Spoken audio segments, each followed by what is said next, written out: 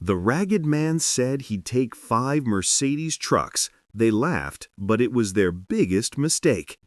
The sun blazed over downtown Los Angeles, glinting off the polished chrome of the Mercedes-Benz G-Class trucks lined up like royalty in the showroom window.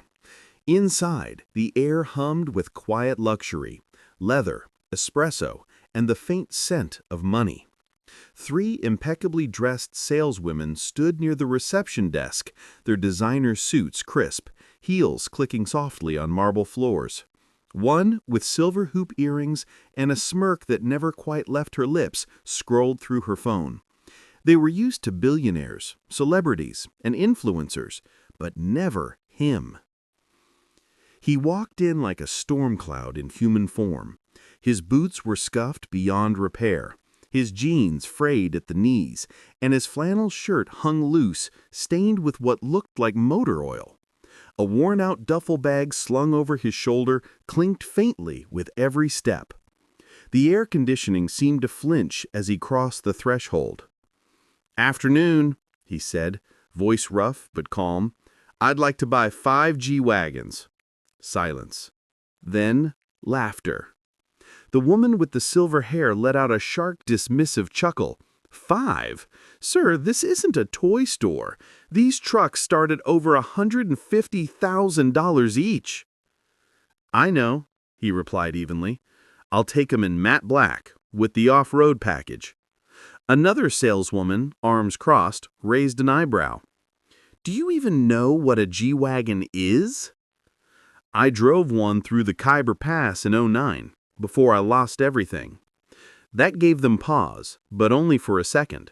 The third woman gestured toward the door. "Look, we don't have time for jokes. If you're not serious, please leave." The ragged man didn't move. Instead, he reached into his duffel bag. The women tensed. Was he pulling a weapon? But what emerged was a thick, weathered envelope. He peeled off a stack of crisp $100 bills and placed them on the counter. "Down payment."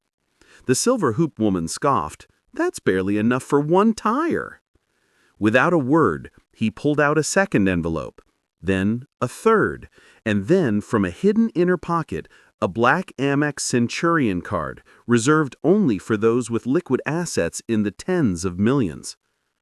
The room went still.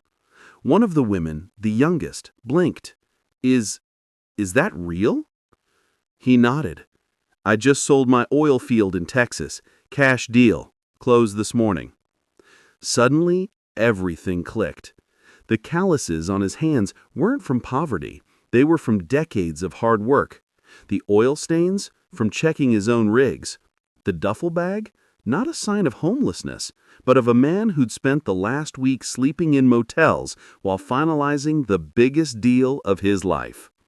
"I came here," he said, voice softer now, "because this was the dealership my father brought me to when I was 10.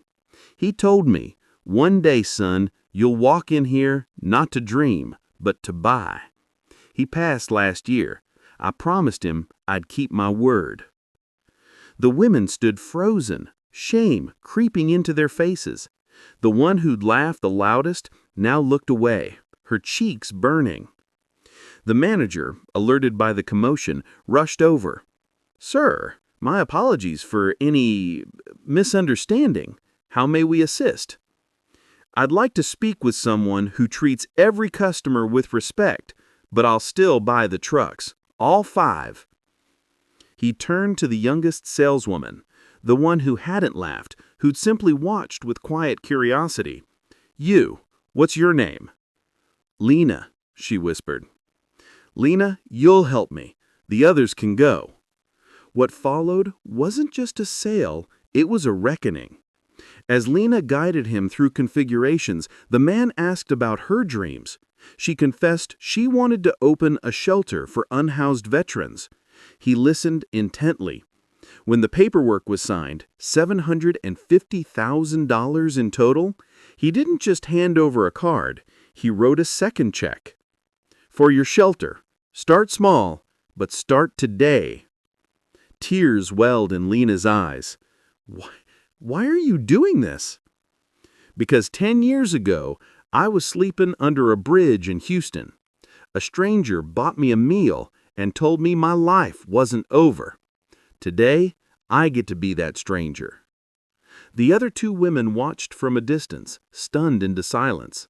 The laughter that once echoed in that showroom now felt like a ghost, haunting, hollow, and heavy with regret.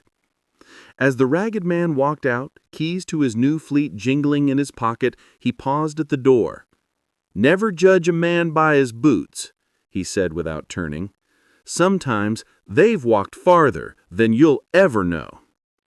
The story spread through the dealership like wildfire. Within a week, the Silver Hoop woman resigned, citing personal reasons. Lena was promoted, and the shelter, Second Mile Haven, opened 6 months later, funded entirely by an anonymous donor.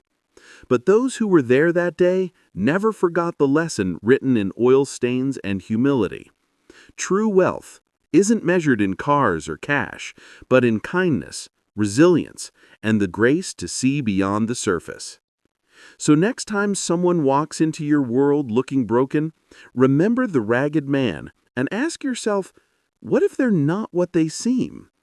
Because sometimes the greatest fortunes wear the humblest clothes. If you believe in kindness and second chances, please like, share, and subscribe to ACA Storytales for more emotional stories. Your support helps us spread hope to millions. Thanks for watching.